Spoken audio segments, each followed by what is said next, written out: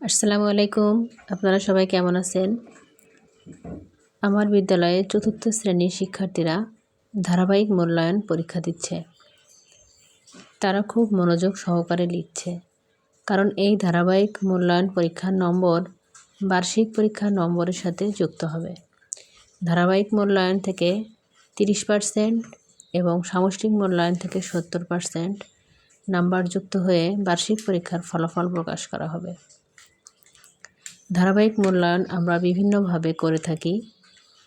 একটি পাঠ চলাকালীন সময় বা পাঠ শেষে এবং অধ্যায় শেষে।